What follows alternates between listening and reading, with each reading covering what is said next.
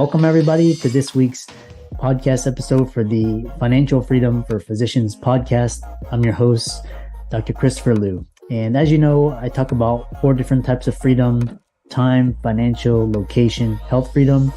And I'm always trying to bring guests that are doing amazing things in their lives, helping others, trying to bring them across your path so maybe you can come away with inspiration, knowledge, something to empower you. So today we have a very special guest. Her name is Bobbi Kahler.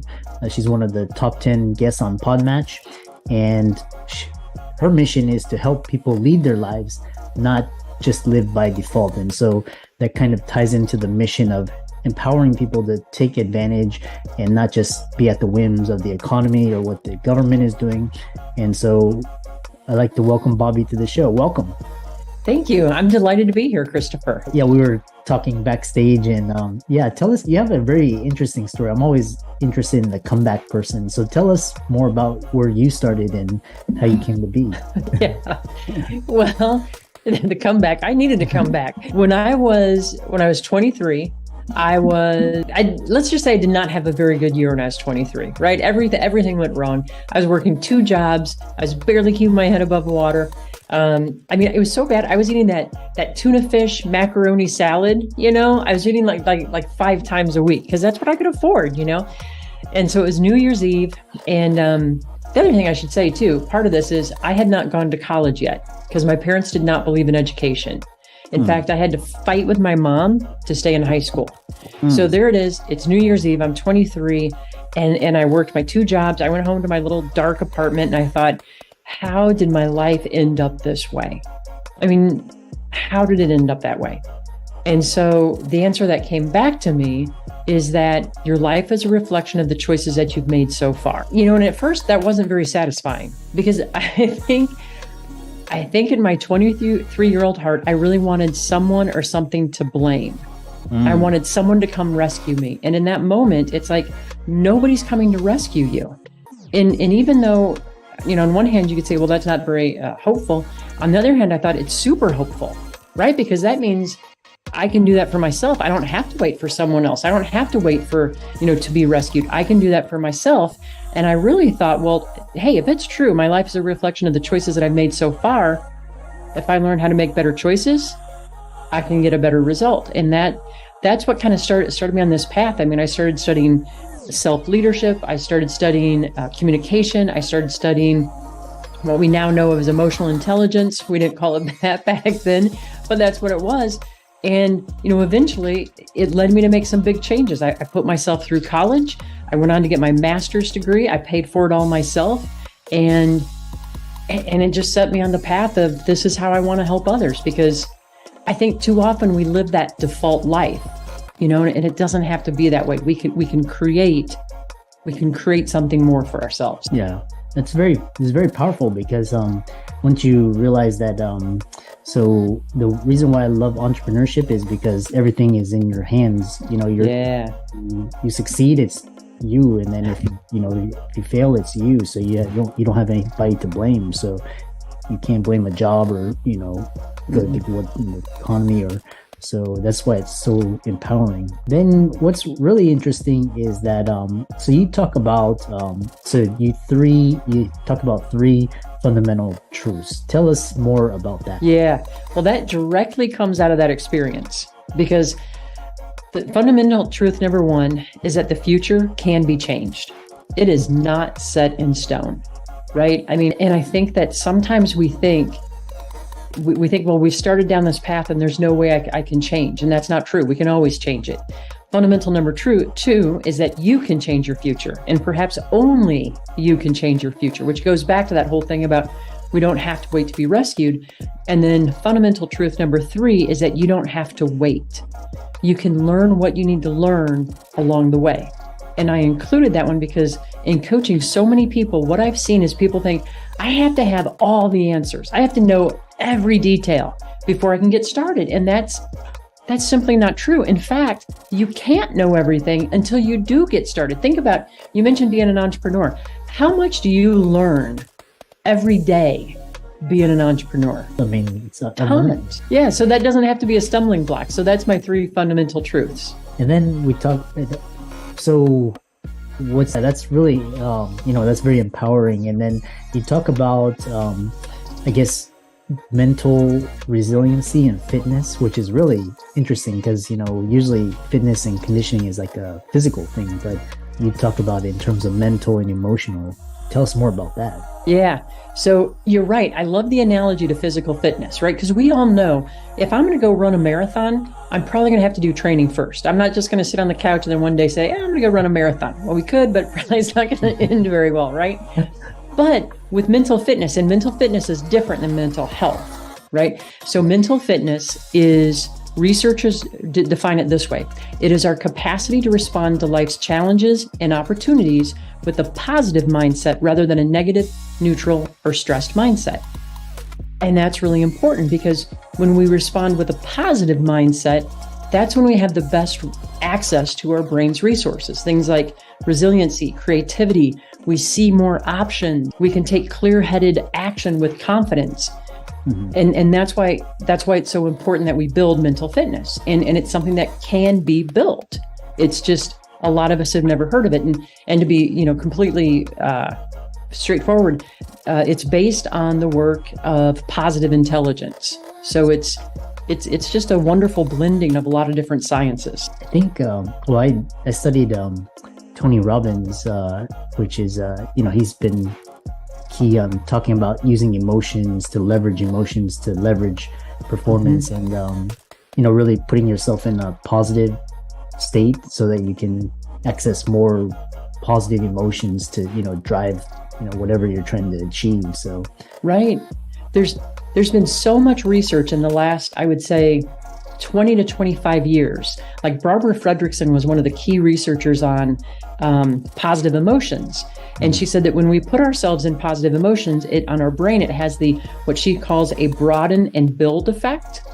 And it opens up, creativity. I mean, they've done studies where people who are in a positive state, they outperform in sales. They outperform their peers. They outsell their peers by 40%. Oh, wow. And they've done things around studies around, people are better negotiators. So it's really, it's very, very powerful, that science. Sometimes clients, they talking about positive psychology, but then, sometimes, they're on a good streak but maybe they hit a hiccup and they get stuck. How do you, that's a problem, a stumbling block. How do you get unstuck and just move forward quickly? Yeah. Because that's something that we've all faced, and it can happen at any time on our journey. So to me, getting unstuck requires that we take some kind of action. And I don't even care how small the action is, right? It's just something to get us started. And because then from there, there's a little framework that I came up with, but I call it learn your way forward. So it's a AAA, and it starts with action. And so we take an action, and it doesn't matter how small. It could be talking to someone else about it, could be researching, it could be whatever. But we take some kind of action. Then the second step is to assess. How did it go? What did I learn? And then the third step is to adapt. So if it went well, how can I continue this? If it maybe didn't go as well as we wanted, okay, we still learned something. So how can we adapt? Because that will get us forward. That will get us moving forward. Because I think so many times we get stuck. We hit a wall, and then it goes back to, I don't have the whole plan. I don't know how to get started. It's got to be bigger.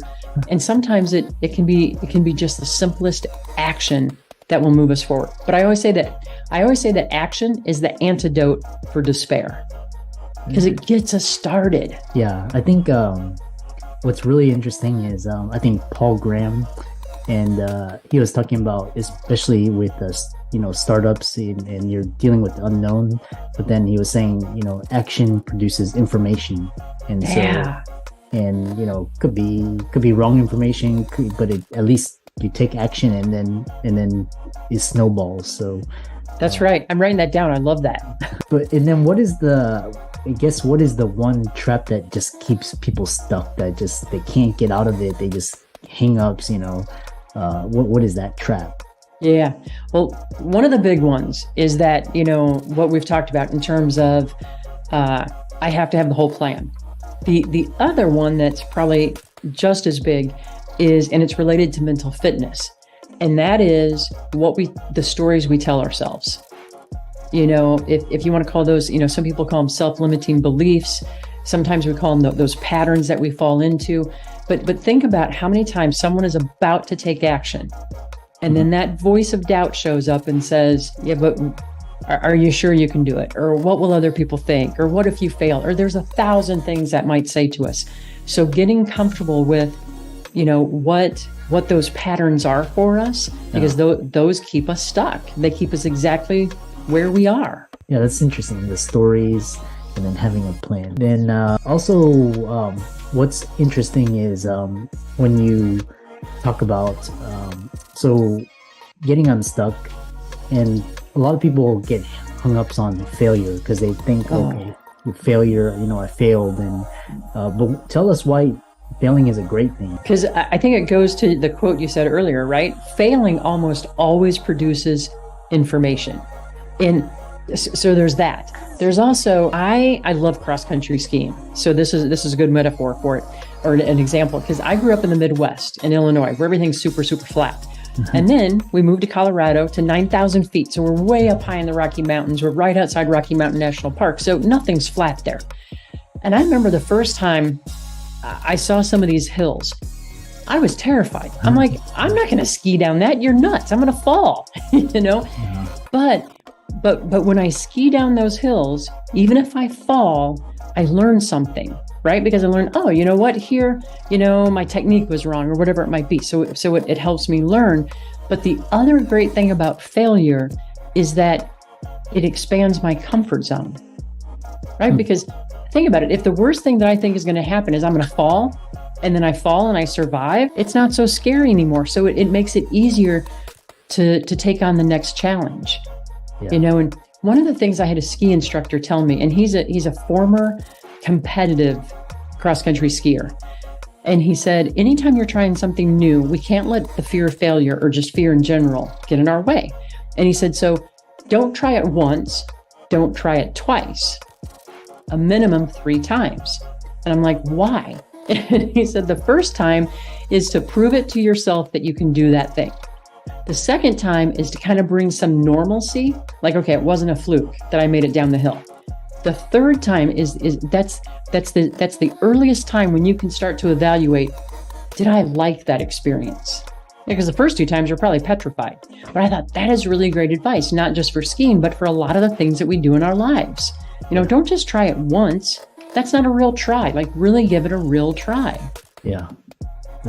Like putting yourself out there, making yourself vulnerable, just going all in, even if you fail, not being dependent on, what happens, being, so. Just because you're going to learn, right? I mean, you're going to learn, and learning is never failure. Yeah, exactly. So you brought up an interesting point was, the worst that could happen. And what's really interesting is, these days we hear about the great resignation and great reshuffle.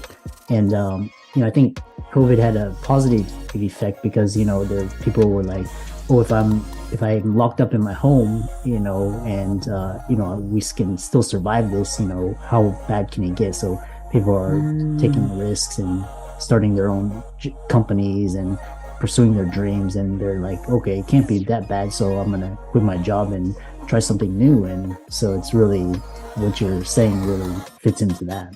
Yeah, because think about it, if we survived that, Yeah. Plus I think that COVID gave people a great place to kind of pause and reflect and say, what's important to me? Yeah. And I think that's a good thing. Yeah, out of turmoil comes beauty, and beauty from your ashes. So that's right. This has been a really fascinating conversation. I'll conclude with this kind of this final question was, we talked about some of the key events in your life that set you on this path, and looks like you had when the doctor told you had a 3% chance of a full recovery. Tell us about that and kind of close it out there. Yeah. So that was back in 2003. I got sick. I collapsed. And it took 18 months to finally get a diagnosis. But yeah, at one point the doctor said to me, he's like, based on what we know so far, you probably have about a 3% chance of a full recovery. And I remember saying to him, because I'd always been a runner, and I remember saying, well, when can I go for a run again? He's like, Bobbi, he said, you might have to accept that your days of being an athlete are over. And I thought, no, I've always been an athlete. I will always be an athlete. So when he said that about, 3% will experience a full recovery, the way my mind heard it was not that 97% wouldn't, but that 3% would. So I thought, well, then I have to learn what those 3% did, or I have to find a doctor who can help me. And eventually I did. She's like, I've seen this before. She said, it's not going to be a fast recovery. It will take at least 2 years. But she said, you can recover. And it was extremely powerful. And it taught me, man, did that teach me a lot about myself. When you go through that kind of challenge, you're really introduced to who you really are. Oh, yeah. Yeah, it sort of strips through everything and just lays everything out there. And that's, and I know a lot of people are inspired by your story. I know you do a lot of coaching, and a lot of my audience are women executives, entrepreneurs. How can they follow you, contact you, follow you on social media, and work with you? Yeah, thank you for asking. So I have my website. It's just www.bobbikahler.com. And then on LinkedIn, I'm very active on LinkedIn. I do quite a bit of posting there. I try to share at least 3 times a week because I always want to have content around how can we get unstuck, how can we create new options for ourselves, and how can we move forward faster. And so those are the best ways. And then, of course, I have a podcast as well. If someone wants to check it out, that'd be terrific. And it's just Unyielded, thriving no matter what. Excellent. Yeah. And thanks for sharing all that. And for all the audience out there, all of Bobbi's resources will be in the links and show notes. And thanks so much for such a insightful conversation about mental fitness and resiliency and just thriving under any situation. So we look forward to hearing about your success, and we'll leave it at that.